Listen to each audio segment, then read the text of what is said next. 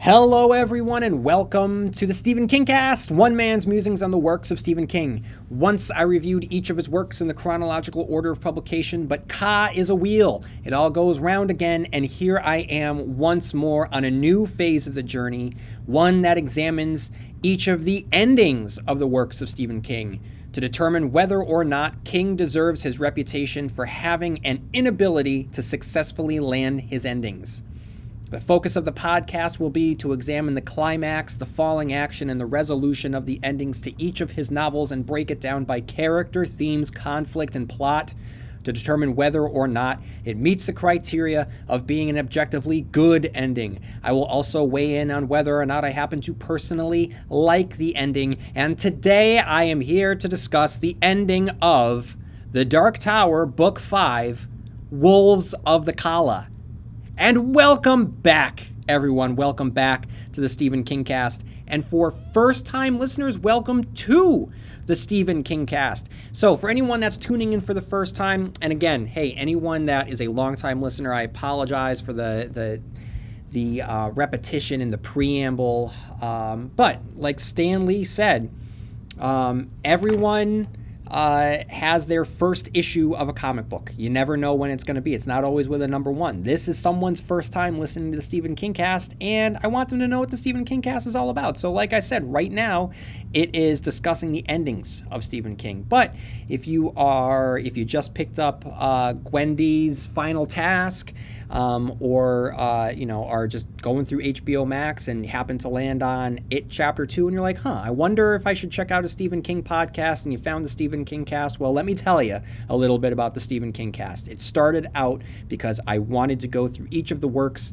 in the chronological order of publication to give a college level analysis of the texts, place it within the context of his life and his larger themes and the events that were occurring in the world at the time of the publications, so that we had a full deep dive into each of the works. And so I did that, and that was a great journey that I know that some people are currently going through for the first time. So if you're tuning in and you want a deep dive in the world of Stephen King, all you have to do is go back to the beginning to episode 1, in which I start off with Carrie and work my way through, and eventually I get to the point which brings us to now. I am in the midst of reviewing the endings of the works of Stephen King, because around the time of The Outsider, the HBO adaptation, I heard just a lot of criticism around Stephen King being unable to land his endings, and I really wanted to interrogate that and unpack that. And so now I'm doing a little dive into the endings of Stephen King's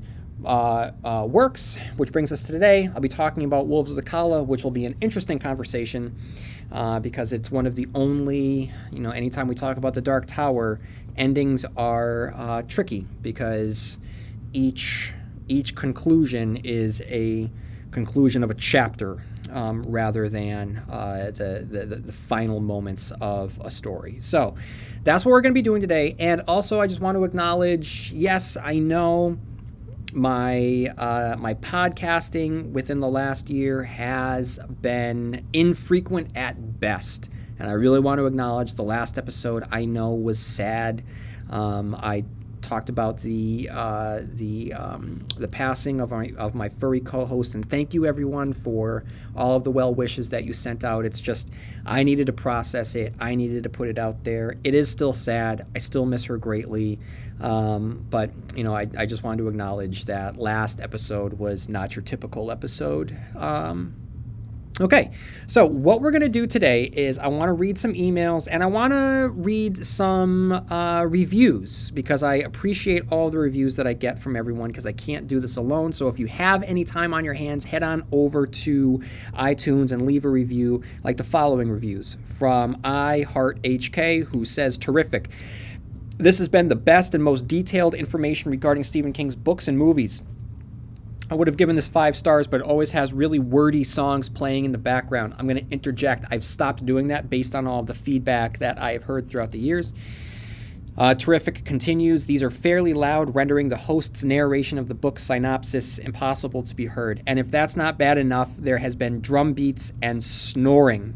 which I thought was my husband until I removed my earbuds. So the drum beats are my hands at times, the snoring, that has been my furry co-hosts in the past, which I'm very grateful that I have recorded, as I can go back and listen to them during times when they were able to spend time with me and me with them. Okay, so thank you, I Heart HK. I heart the fact that you wrote in. And then we have Jay Brozier, who writes, 5 stars, the best podcast. Thank you. Best Stephen King podcast by far. Thank you. Then we have the Slavas, who writes a podcast for the Constant Readers. Upon discovering this podcast, I was immediately hooked, and 5 episodes in, I am confident in saying this is a perfect podcast for Stephen King fans. Thank you, I try. Then we have 5 stars from the Page Master, a True King podcast. I'm already 9 episodes in this podcast, and I love it. I love everything about Stephen King. Our host explains each episode and work of King in depth. Praise always to the master of horror. Thank you. And we have Susie B91, who writes, great podcast, 5 stars. I have been binge listening, waiting for more, with clap hand emojis. Then we have Herbster88, who writes, binge listening, 5 stars. Found this podcast about a week ago, and I'm going through these quick. Thank you. And then we have Rick Seam, who writes, unparalleled, 5 stars. I prefer Constant Reader's discussion of his thoughts and reactions to the writings of Mr. King over other podcasts that pad their shows with irrelevant banter or digressions into showbiz talk and the like. If you prefer discussions of the books themselves, this is the podcast for you. So, Rick, thank you so much. And I hesitated at reading that one because I don't want to prop anyone up, myself included, by tearing anyone else down. But I also want to acknowledge that there are a lot of Stephen King podcasts out there now. And when I started the Stephen King cast, there weren't. There was myself, there was the Stephen King podcast by Lou and Lilia, and that was pretty much it. And so I wanted to create a podcast for Stephen King that I would want to listen to. And thankfully, in the years since, there are a plethora of Stephen King podcasts to choose from. So I do appreciate the feedback that it's so kind, the feedback that I have gotten. But there is a Stephen King podcast out there for everyone. So if you want a good hangout podcast, there are a lot of those. And there are many that you can listen to where celebrities are able to jump on in. And then there's other great chronological engagements in which people go through the chronological order and compare the movies and do deep dives into the works in roundtable style discussions. So there's just so many to choose from now, which is great.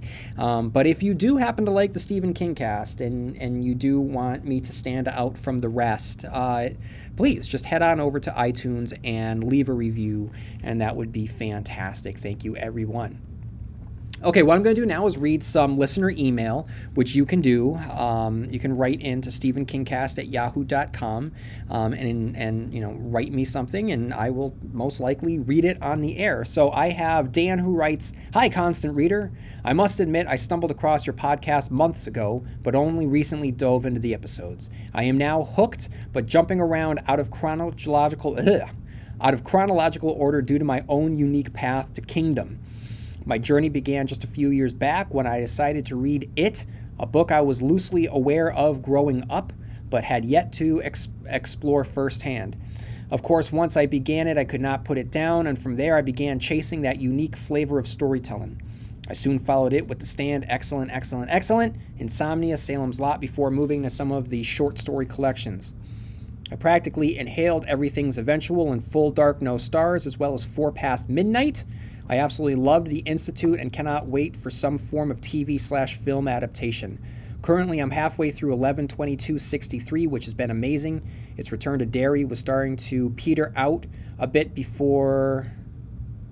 spoiler alert. I haven't been that interested in the Dark Tower series, but the more I read and also hear you tie together the connected King universe, I'm starting to grow more curious. I have followed a very prescriptive path for how I embrace King books. I first must read the book, then I follow it up with a listen to the audiobook version. Great for spotting nuance missed the first time through. and if possible, whatever film/TV adaptation is available. Your podcast is thorough, thoughtful reviews are now part of that lineup. It's amazing to hear you draw lines between his works over the years and reveal deeper meanings and intentions to his writing. Please keep up the great work. Trying. I leave you with 2 questions, if you'd be so kind. I'm listening to your review of The Stand right now, and you mention a movie in development with Matthew McConaughey. Obviously, that was recorded years ago, and the said movie never came to be. But why? I can't seem to find anything online that specifically discusses how that went off the rails and when and why. Granted, CBS did its just did its miniseries, meh, but I desire a well-down movie version. Sadly, it doesn't seem to be in the cards now. So, he's referring to back in the day, prior to the Dark Tower movie even, there was discussion of Matthew McConaughey jumping into the role of Flag during a time when we were looking at different iterations of the Stand movie. At one time, Ben Affleck was tapped to direct it, and I don't know how, I am just a small town New Englander. I have no connections to Hollywood. I only know what I know from, reading film trade news. So I don't know, how much is legit news, how much is speculation, so I don't know how far McConaughey got in conversations. I don't know if it was ever truthful or if it was blown up. But eventually the movie that they were looking to create wound up devolving into the CBS All Access / Paramount miniseries that fizzled last year. I was not a fan. That was overseen by Josh Boone. So, what once could have been a big budget movie on the big screen, I believe it was supposed to be 2 parts, starring Matthew McConaughey, turned into a little TV miniseries. So that's what happened there. My other question about your use of music during your programs. Don't get me wrong, the choices are spot on during the intros, but they can be a bit distracting while you read the Wikipedia summary to set up context. Just wondering if that was for a specific reason. Nope, I just like some background music, but I tend to, I understand it gets distracting. Before I sign off, I leave you with my personal rankings of King books I've read so far. It, The Stand, The Institute, Everything's Eventual, Salem's Lot, Full Dark No Stars, Nightmares and Dreamscapes, 4 Past Midnight, Skeleton Crew, Insomnia, The Outsider. In Progress, 11/22/63, Under the Dome, Lisi's Story, Storm of the Century, and Elevation. So, thank you so much, Dan. You know what I'm jealous about is that you have so much more Stephen King in your future, which is awesome. Then Rick writes, Constant Reader. I recently discovered your podcast, and I'm eagerly devouring your backlog. For me, one of the most striking aspects of your show are the listener emails.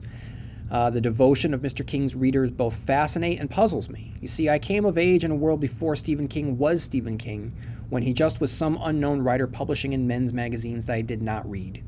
Based on the dedication and revival and interviews with Mr. King that I have read, I imagine we had similar influences when it came to horror literature. I was also under the spell of the Twilight Zone circle of writers.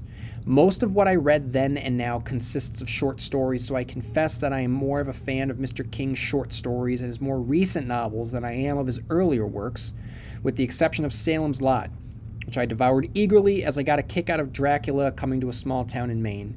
Growing up, the only horror novels I read were Dracula and Frankenstein. I did not have bookstores with a horror section dominated by a handful of writers.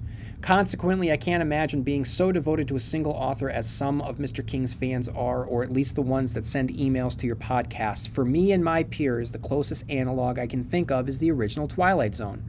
Frankly, I don't know whether or not I should be jealous of you, you youngins growing up with such a singular body of literature. I would be interested in your thoughts, if any, on generational differences in reading Mr. King. Signed, an inconsistent reader. That's a great way of putting it. P.S. At least I don't have to look forward to a world without more books from Mr. King, as do some of your younger listeners, so that we can have pity on each other. So inconsistent reader. I don't know. I don't know if I can speak too much to that. Yeah, I mean what King wound up doing once he hit the scene was become such a tremendous powerhouse. His prolific nature that has stretched across decades has ensured that at the very least he has published one book a year, sometimes two. And in the case of 1996, he published Regulators. He published The Desperation on the Same Day, and then he published monthly over a period of 6 months the Green Mile saga. So, I mean, to say that he's prolific is an understatement. So he has always been there, and I don't know. Maybe there's something to be said about modern fandom has grown up alongside him. He's been like a lightning rod for that. You mentioned Revival. It's an apt comparison. And that has just really helped shape a new style of fan. But, I mean, that level of fandom also has been there. I mean, prior to Stephen King, I mean, there was J.R.R. Tolkien. And his fans, similarly, with the Silmarillion, are, dedicated passionately to his works before that idea of the modern day author as celebrity, which has always existed, but the modern day version of that, really Stephen King helped proliferate. So I can't really speak too much to that, but it is an interesting question that you have brought in. If anyone does have a little bit more experience with that, please write into stephenkingcast@yahoo.com. Then Mark writes, longtime fan of the podcast and lifelong fan of Stephen King. Growing up watching the original Pet Sematary and It miniseries at a young age, I was hooked, but the length of the books was always taunting to me, as I was not a great reader growing up. Reading Stephen King helped me become a better reader. The approach I'm taking as an adult is reading the books that I've seen the movies miniseries of and go from there. I just got done with reading The Stand for the first time and was beyond impressed with it and even enjoyed both the adaptations.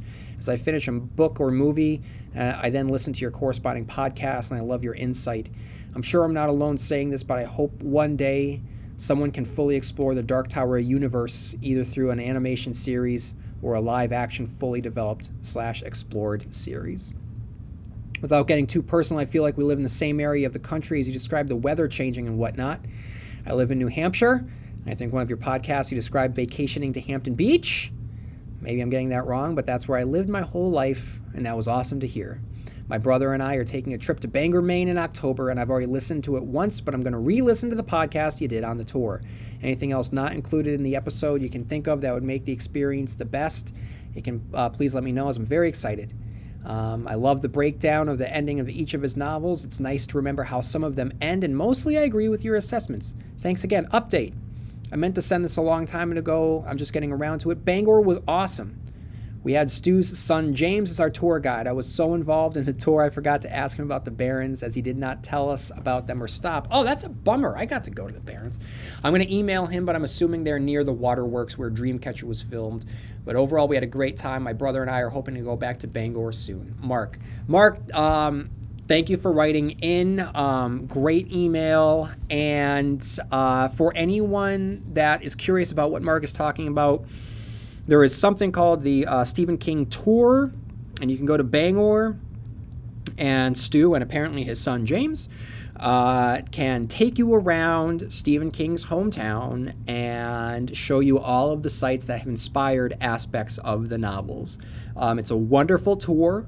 I strongly recommend it. I did an episode on it, so just go find that episode for my review of sktours.com. Okay, and then longtime listener Marianne writes, Hi. I really enjoyed Billy Summers. It twisted and turned in unexpected places, which kept me guessing, and it was an interesting empathizing with a killer with morals or his own code of conduct. I'm going to do a reread. I think I kind of raced through it. I found a couple of mentions of the lockdown, shelter in place, I think is your term, to come a bit weird, as though it didn't feature at the end of the book. I thought that might come, but it didn't, so they felt a bit extra. and I don't know that the nod to the Overlook and the hedge animals was necessary, a nice wee Easter egg, but again, extra to the story and in no way an integral part. I felt they took me out of the flow slightly, but the ending was great, super strong. I'm rereading Secret Window at the moment, some of which is in Danse Macabre, but the new stuff to me is fun. And then she writes back, I just heard you asking about Billy Summers. I'm about a third way through the book and so hooked. I'm really enjoying your endings. It's funny how this reputation of not being a good finisher has grown despite most of his endings being great. I guess the negative always shouts the loudest. I'm wondering if you had any thoughts on reviewing any other of Stephen King's works beyond the novels and novellas or on writing. I mean, I've said this before with Danse Macabre, and on writing, I don't know if I can really engage in a dialogue with the text of those, as they are nonfiction, and I would just strongly recommend people go seek them out, especially on writing. It is such an amazing glimpse into the mindset of a creative and prolific author. So I strongly recommend that, but I have no plans on actually doing a podcast episode on it. Marianne continues, I've recently been reading some books about Stephen King and have started digging up some of his other published stuff in publications like The Atlantic, The Paris Review, and The New Yorker, as these are online and are accessible via a subscription. I'm sure I will have come across some of these stories in anthologies or collections, but it's fun finding something that I haven't read before, and I wonder if you have done this at all. No, I stick with the traditional publications in the bookstores. I wasn't aware of his writings for magazines until reading these books about him and his craft. I guess not being exposed to these magazines over here in Scotland, but also not knowing other Stephen King fans, I also just found out about the desk calendars. I'm wondering if these are like diaries or journals. Again, not something I've ever seen. As an aside, I felt as though I was in the solo bubble of appreciation when I found your cast all those years ago. It was like finding the coolest book club. Oh, thank you! So again, thanks for all that you have done. My bubble is continuing to slowly expand as I find more that I haven't read. Marianne, thank you, and just thank you for your support throughout the years. Okay, everyone, if you have any thoughts on any aspect of Stephen King, from how you got into Stephen King in the first place, your favorite books, or something that you have consumed of Stephen King lately. As I record this, I am halfway through Gwendy's Final Task, the book co-authored by Richard Chismar, and hopefully sooner rather than later I will have my review of that, and I guarantee you it will be more in-depth than my review of Billy Summers. So if you have any thoughts on Gwendy, if you have any thoughts on any upcoming Stephen King news, if you have any thoughts on any recent Stephen King, books or movies or television, feel free to write in to stephenkingcast@yahoo.com. And now I am going to start to discuss the conclusion to Wolves of the Calla, to see if Wolves of the Calla fall prey to the idea that Stephen King can't land his endings. But first, let me read a Wikipedia summary so that I have a basis upon which I can build my analysis. After escaping the alternate Topeka and the evil wizard Walter O'Dim and weathering the Stark Blast, Roland's quartet begins to sense they are being followed in their travels. During this time, Eddie Dean and Jake Chambers are sent to New York 1977 via a dream state called Todash. There they encounter Calvin Tower, a bookstore owner who gave Jake a book in the Wastelands that proved integral to the quest for the Dark Tower. While in Todash, Eddie and Jake discover the tower owns the vacant lot that houses the rose that's in the physical manifestation of the Dark Tower previously encountered by Jake in the Wastelands. Jake and Eddie also discover that Enrico Balazar, the crime boss that appeared in the drawing of the three, is attempting to coerce Tower into selling the lot to the mysterious Sombra Corporation. If this happens, the Rose and the Dark Tower itself will be destroyed. Soon after, the quartet discover that they're being followed by citizens of the farming village of the Calla Bryn Sturges, as well as Father Callahan, who was originally introduced in Salem's Lot. He and the townsfolk request the quartet's assistance in battling against the wolves of the Thunderclap, who come once a generation to take one child from each pair of the town's twins. After a few months of being away, the children are returned ruined, mentally handicapped, and destined to grow to enormous size and die young. The wolves are due to come in about a month's time, according to Andy, the amicable humanoid robot that appeared in the Calla long ago. When asked about the wolves, Andy refused to divulge any information without a password. Eddie also speaks with Jamie Jaffords, an elderly resident of the Calla who remembers the previous time the wolves appeared in the Calla. Father Callahan also tells the gunslingers his remarkable story of how he left Maine following his battle with the vampire Kurt Barlow in the novel Salem's Lot. Since that encounter, he has gained the ability to identify Type 3 vampires with a blue aura. After some time, he begins killing these minor vampires as he finds them. However, this makes him a wanted man against the low men, and so Callahan must go into exile. Eventually, he is lured into a trap and dies, allowing him to enter Midworld in 1983, much as Jake did when killed in The Gunslinger. He first appeared at the way station shortly after Roland and Jake met for the first time and meets Walter O'Dim, who gives him an evil magic ball called Black 13. Walter transports Callahan to the mountains near Calla, Bryn Sturgis, where he is found by the Man-Eye people in a place called the Doorway Cave. Roland deduces that Black 13 introduced the Toad Ash dreams that sent Eddie and Jake to New York, and that it's capable of allowing them to travel between worlds. The quartet decides to use the evil object to travel back to New York in 1977 to ensure that the Rose is protected. Eddie and Roland venture to the Doorway Cave where Callahan first appeared in the Calla. Using Black 13, Roland opens a door for Eddie to travel to New York. Once there, he fends off Balazar's thugs, threatening to kill them if they come back for the tower. He then tells Tower that Balazar will come back for him and that he should flee and leave a message for the quartet so that he may find them again. Tower agrees to do so, but in exchange, he asks that he can hide his valuable books in Roland's world for safekeeping, where they are hidden in the Doorway Cave. While planning the battle with the wolves, Roland and Jake notice bizarre changes in Susanna's behavior, which are linked to the event recounted in the Wastelands when Susanna coupled with the demon in the stone circle. Roland informs Eddie that Susanna has been impregnated by the demon, and though he fears for her safety, he remains surprisingly calm.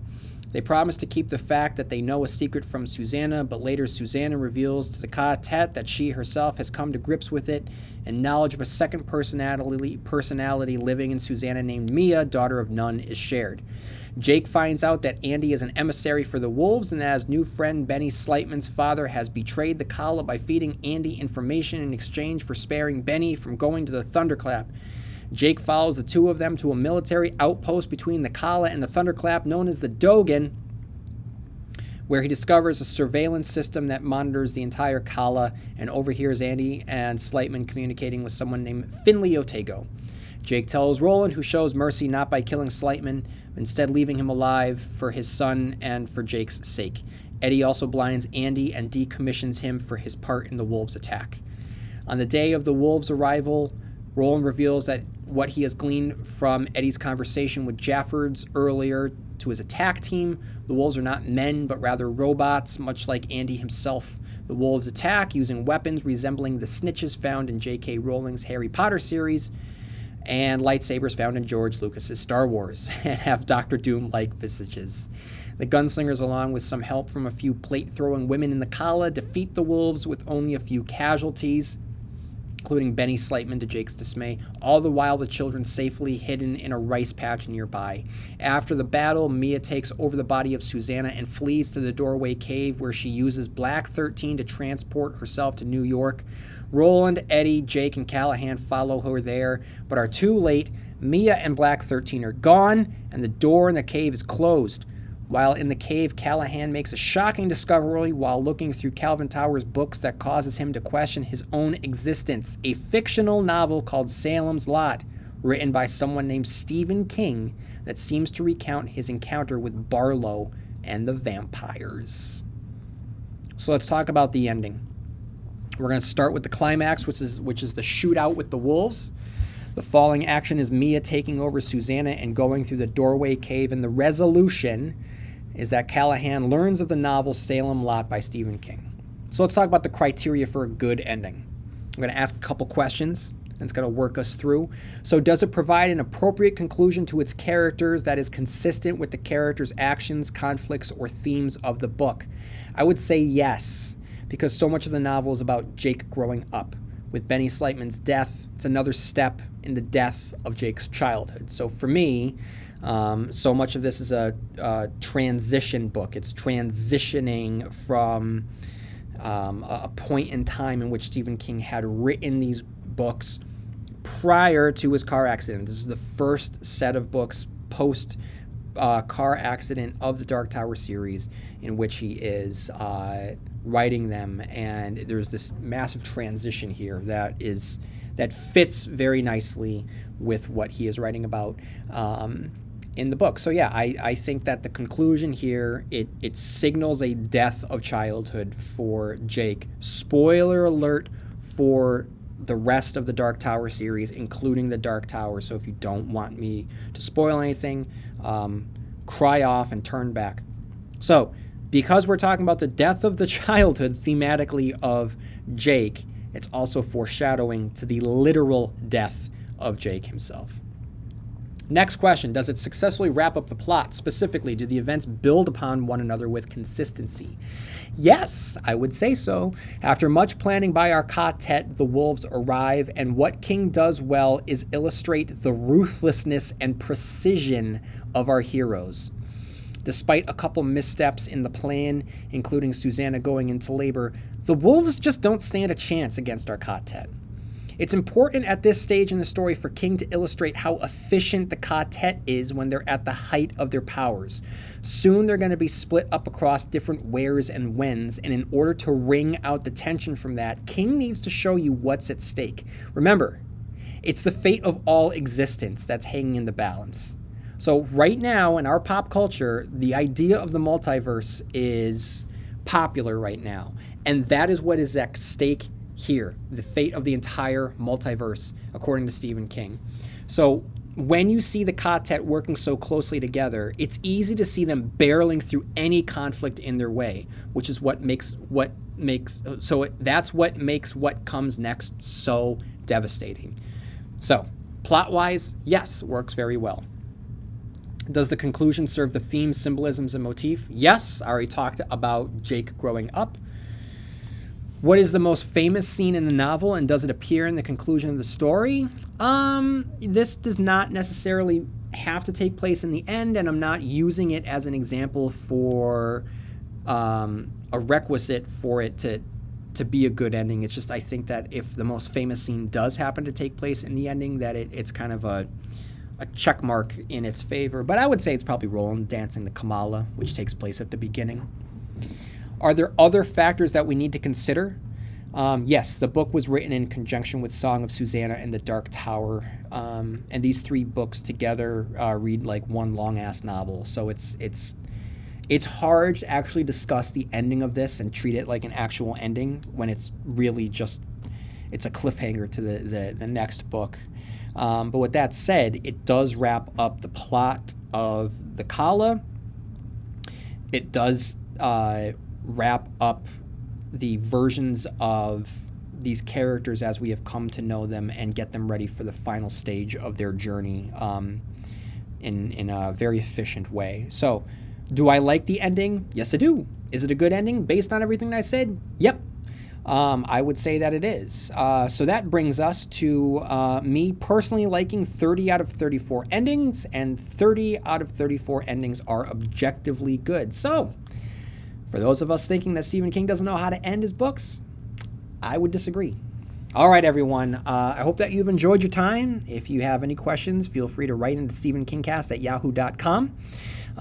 And I hope to be back sooner rather than later. I would love for the next episode to be my review of Gwendy's final task. I really hope that I'm able to do that and do that soon for all of you. I would love to be able to get back to podcasting on a more regular basis. Take some time, leave a review, write into stephenkingcast@yahoo.com, and may you have long days and pleasant nights. And I'll see you here next time where MOON spells Stephen Kingcast.